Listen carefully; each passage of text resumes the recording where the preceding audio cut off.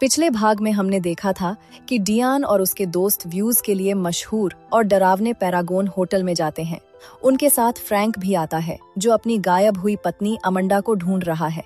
डियान अचानक गायब हो जाती है और उसे ढूंढते हुए उनका सामना जेडी की दुश्मन टीम से होता है। पैसों के लालच में जेडी का साथी रिक को बालकनी से नीचे फेंक देता है। अब आगे। हेलो दोस्तों, मैं हूँ आपकी होस्ट और मूवी रिकेप 2M के इस नए वीडियो में आपका फिर से स्वागत है। अगर आपने अभी तक चैनल को सब्सक्राइब नहीं किया है तो जल्दी से कर लें और वीडियो को लाइक करना ना भूलें। चलिए कहानी का दूसरा भाग शुरू करते हैं। फ्रैंक ने बताया था कि ब्लूप्रिंट्स रिक के पास ही हैं। उसने भी यह बात जानबूझकर बोली थी ताकि कम से कम यह लोग उन्हें रिक को बचाने में मदद तो कर दें। अब यह लोग नीचे जाते हैं और उन्हें एक गड्ढे के दूसरी तरफ एक बॉडी पड़ी हुई दिखाई देती है। यह लोग समझते हैं कि जरूर यह रिक ही होगा, पर गड्ढे को पार करके आगे कौन जा सकता था। कोरा एक जिम्नास्ट थी। वो यहाँ पर लटके हुए तारों का इस्तेमाल करते हुए जंप लगाती है और लटकते हुए दूसरी तरफ पहुँच जाती है, लेकिन वहाँ जाकर उसे झटका लगता है। यह रिक नहीं था बल्कि एक ढांचा था जिसे कई अरसे पहले मारकर यहाँ पर गिरा दिया होगा। वह डर से कांप रही थी, अपने ग्रुप के पास वापस आना चाहती थी, पर उस बुरे जेडी ने वहाँ पर तार काट दी क्योंकि कोरा ने उसे काफी बातें सुनाई थी और वह कोरा को पसंद नहीं करता था। यह लोग अब फ्रैंक को लेकर ऊपर आ जाते हैं और ऊपर के एक कमरे में इन्हें वार्डरोब से अजीबोगरीब आवाज सुनाई देती है। यह लोग जाकर वार्डरोब खोलते हैं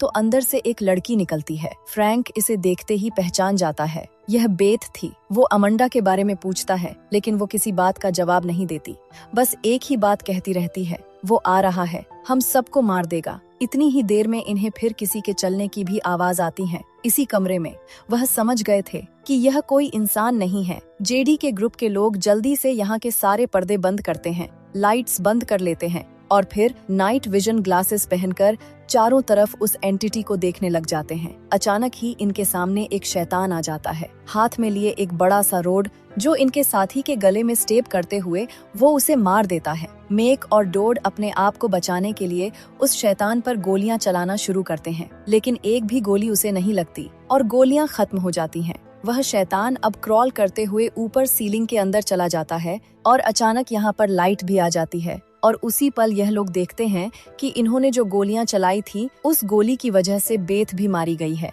दूसरी तरफ हम देखते हैं कि डियान को अब एक बेड के ऊपर होश आया था। इस कमरे में फूल वगैरह भी रखे गए थे और कमरे के बिल्कुल दरमियान में एक पेंटाग्राम भी बनाया हुआ था और उसमें कुछ कैंडल ऐसी जली हुई थीं जैसे यहाँ पर कोई जादू या कोई रिचुअल होने वाला हो। दूसरी तरफ हमें दिखाया गया कि कोरा, जिसको यह लोग दूर ही छोड़ आए थे, वह अब अकेले ही रिक को ढूंढने लगी थी। एक कमरे से जब उसे किसी की आवाज आती है तो वह उस कमरे के अंदर चली जाती है और अचानक पीछे से दरवाजा बंद हो जाता है। कोई उसे बाह से छूता है और वह डर जाती है और पता चला कि यह रिक ही था जो जानता था कि अब यहाँ पर वह एंटिटी आ चुकी है जिससे यह लोग बच रहे हैं। कोरा, जो पूरी तरह बेड के नीचे छुप ना पाई थी, वह जाकर क्लोजेट के अंदर छुप गई।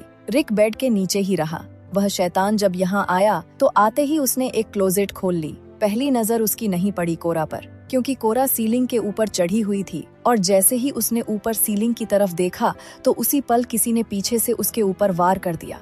यह रिक था जिसने यहाँ से एक लकड़ी उठाकर इस शैतान के ऊपर हमला किया था। इस हमले से शैतान का हुआ तो कुछ नहीं था, बल्कि उल्टा रिक का ही नुकसान हुआ था, क्योंकि शैतान का गुस्सा भड़क चुका था। इसलिए वह रिक को ही गर्दन से पकड़ लेता है और कोरा बचकर यहाँ से भाग निकलती है। कोरा भागती हुई अब यहाँ से एक लिफ्ट में पहुंची। लिफ्ट चल नहीं रही थी। वह लिफ्ट के बाहर आई और उसे पास में ही मेन स्विच मिल गया, जिसे ऑन करने पर वह इस लिफ्ट को चलाते हुए एक दूसरे फ्लोर पर आ गई। यहाँ पर उसे सिक्योरिटी रूम मिल गया जहाँ पर सारे रूम्स की सीसीटीवी चल रही थी। यहाँ से वह पूरे होटल पर नजर रख सकती थी। कोरा इसी कमरे में देखती है कि यहाँ पर बहुत सारी रिकॉर्डिंग भी हैं। वह उन्हीं रिकॉर्डिंग में से जब एक रिकॉर्डिंग चलाती है तो उसे इस होटल ओनर के बारे में एक बहुत बड़ा राज पता चलता है। वह होटल ओनर खुद इस रिकॉर्डिंग में बता रहा था कि मुझे मौत से बहुत ज्यादा डर लगता है और मौत से बचने के लिए आज मुझे एक बहुत बड़ा राज पता चला है। मैं एक शैतान बनकर मौत से बच सकता हूँ और इसमें शैतान ही मेरी मदद करेगा। मैं शैतान की पूजा करूंगा और इसके बाद अपनी वाइफ को मारकर उसका दिल खा जाऊंगा, जिसके बाद भी अभी मैं पूरा मॉन्स्टर नहीं बनूंगा। पूरा मॉन्स्टर बनने के लिए मुझे बहुत से लोगों के दिल खाने पड़ेंगे, और जब मैं अपने सारे शिकारों को मार दूंगा, फिर मुझे एक शिकार से प्यार करना है। एक लड़की जब वो मुझसे प्यार करने लगेगी, बस तब मुझे उसे मारकर उसका दिल निकाल कर खा जाना है, और फिर इस मौत के डर से मैं आजाद हो जाऊंगा। कोरा को इस वीडियो के जरिए पता चल गया था कि जो शैतान इस बिल्डिंग में घूम रहा है वह इसी बिल्डिंग का ओनर है। वह इन सबको भी अपना शिकार बनाना चाहता है ताकि इन सबका दिल निकाल कर खा ले, और डियान को उसने इसलिए छोड़ दिया क्योंकि वह उसकी आखिरी शिकार है। उससे वह शादी करेगा और उसे फिर मारकर उसका दिल खाएगा। यहीं सीसीटीवी के जरिए उसने डियान को भी उस रूम में देख लिया था और बाकी सब लोगों को भी। दूसरी तरफ जेडी के ग्रुप वाले अब पैसों तक पहुंच गए थे, लेकिन वह नहीं जानते थे कि उनके पीछे वो शैतान है जो उन्हें मारने आ रहा है। दूसरी तरफ डियान को भी उसी कमरे के अंदर एक ऐसी बुक मिल जाती है जिसकी मदद से उसे वो सारी सच्चाई यहाँ के ओनर के बारे में पता चल जाती है जो अभी कोरा को वीडियो के जरिए पता चली थी, लेकिन उसे उन बातों पर यकीन नहीं आ रहा था। इससे पहले कि वह कुछ भी कर पाती, उसके पीछे शैतान आ जाता है, वहीं मॉन्स्टर आ जाता है और उसे कुछ भी कहे बगैर फिर यहाँ से चला जाता है। वह पहुँच गया था अब उन लोगों के पास जो पैसे लूट रहे थे। वह यहाँ एक लड़की के ऊपर हमला करता है, पहले गला दबाकर उसे मार देता है और फिर अपने बड़े बड़े पंजों से उसके सीने में सुराख करते हुए उसका दिल निकालकर बुरी तरह खा जाता है। कोरा यह सब कुछ सीसीटीवी में देख रही थी। वह डर गई थी। उस पैसे लूटने वाले का दूसरा साथी तो यहाँ से बचकर भाग गया था, लेकिन ज्यादा देर तक वो भी बचने वाला नहीं था। कोरा यहाँ नोटिस करती है कि फ्रैंक और उसका एक और साथी जो कॉरिडोर में खड़े हैं, जल्द ही वो भी शैतान की नजर में आ जाएंगे। इस टाइम उनके सामने उनके दोस्त की लाश है जिसके पास वोकी टोकी है। यहाँ पर भी उसके पास एक वोकी टोकी थी। वह उन दोनों वोकी टोकी को कनेक्ट करके इनसे बात करती है और इन्हें गाइड करती है छुपने के लिए। यह सेफ प्लेस पर आने के बाद कोरा उनसे कहती है कि तुम्हें कुछ भी करके मेरे तक आना होगा और मैं इस टाइम सिक्योरिटी रूम में हूँ। ऊपर की तरफ कोई सीढ़ियां तो जाती नहीं थी, लिफ्ट जाती थी वह भी बंद थी। कोरा उन्हें कहती है कि तुम्हें इस लिफ्ट को खींचना पड़ेगा। फ्रैंक फैसला करता है कि पहले वर्ण ऊपर जाएगा और वह रस्सी खींचेगा, और उसके बाद जब फ्रैंक की बारी आएगी तो ऊपर से यह दोनों उसे खींच लेंगे। लेकिन वर्ण के ऊपर जाते ही यह मौका आता ही नहीं। एकदम से फ्रैंक के सामने वो शैतान आ जाता है जो उसे मारना चाहता था। अगर वह इस लिफ्ट के जरिए ऊपर चला जाता तो फ्रैंक के साथ ही मारे जाते। इसीलिए फ्रैंक इनसे कहता है कि उस लिफ्ट को नीचे ही छोड़ दो। हालांकि यह लोग ऐसा करना नहीं चाहते, पर फ्रैंक के कहने पर यह लोग लिफ्ट को छोड़ देते हैं। लिफ्ट के अंदर मौजूद उस मॉन्स्टर को काफी चोट आती है और किस्मत से नीचे फ्रैंक भी बच जाता है उस लिफ्ट के अटक जाने से। अब वो ऊपर वर्ण और कोरा से कांटेक्ट करता है और उन्हें कहता है मेरा ऊपर ही इंतजार करो, मैं दूसरा रास्ता लेकर आता हूँ। इस दौरान जब वह यहाँ से गुजर रहा था तो उसे एक कमरे में किसी की डेड बॉडी दिखाई देती है। वह वहीं पर रुक जाता है।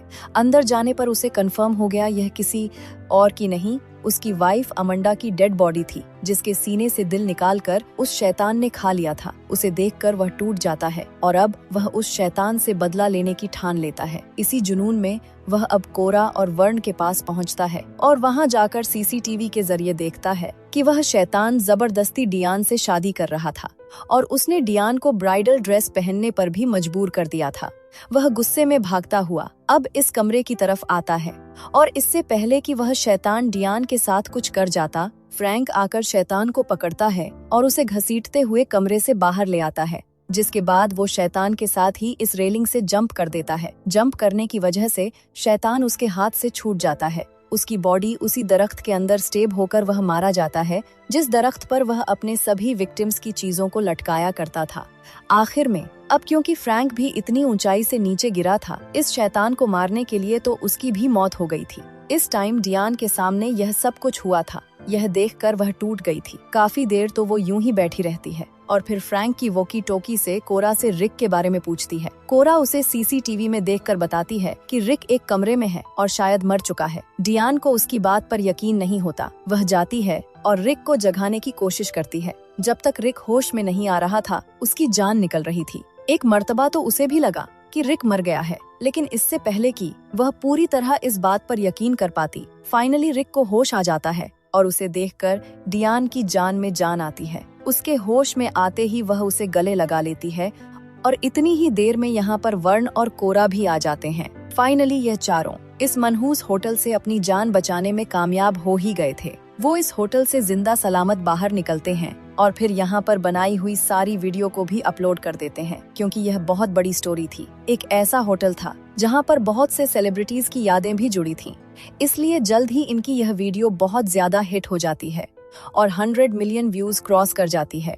बहुत सारे सेलिब्रिटीज, बड़े बड़े लोग उनकी वीडियो पर कमेंट करते हैं और यह लोग एक ही दिन में सेलिब्रिटी बन जाते हैं और ऐसे ही फिर इन्हें दिखाते हुए यह कहानी यहाँ खत्म हो जाती है। दोस्तों, अगर आपको यह मूवी एक्सप्लेनेशन पसंद आई हो तो वीडियो को लाइक करें, अपने विचार कमेंट्स में बताएं और हमारे चैनल मूवी रिकेप 2M को सब्सक्राइब करना बिल्कुल ना भूलें। मिलते हैं अगले वीडियो में।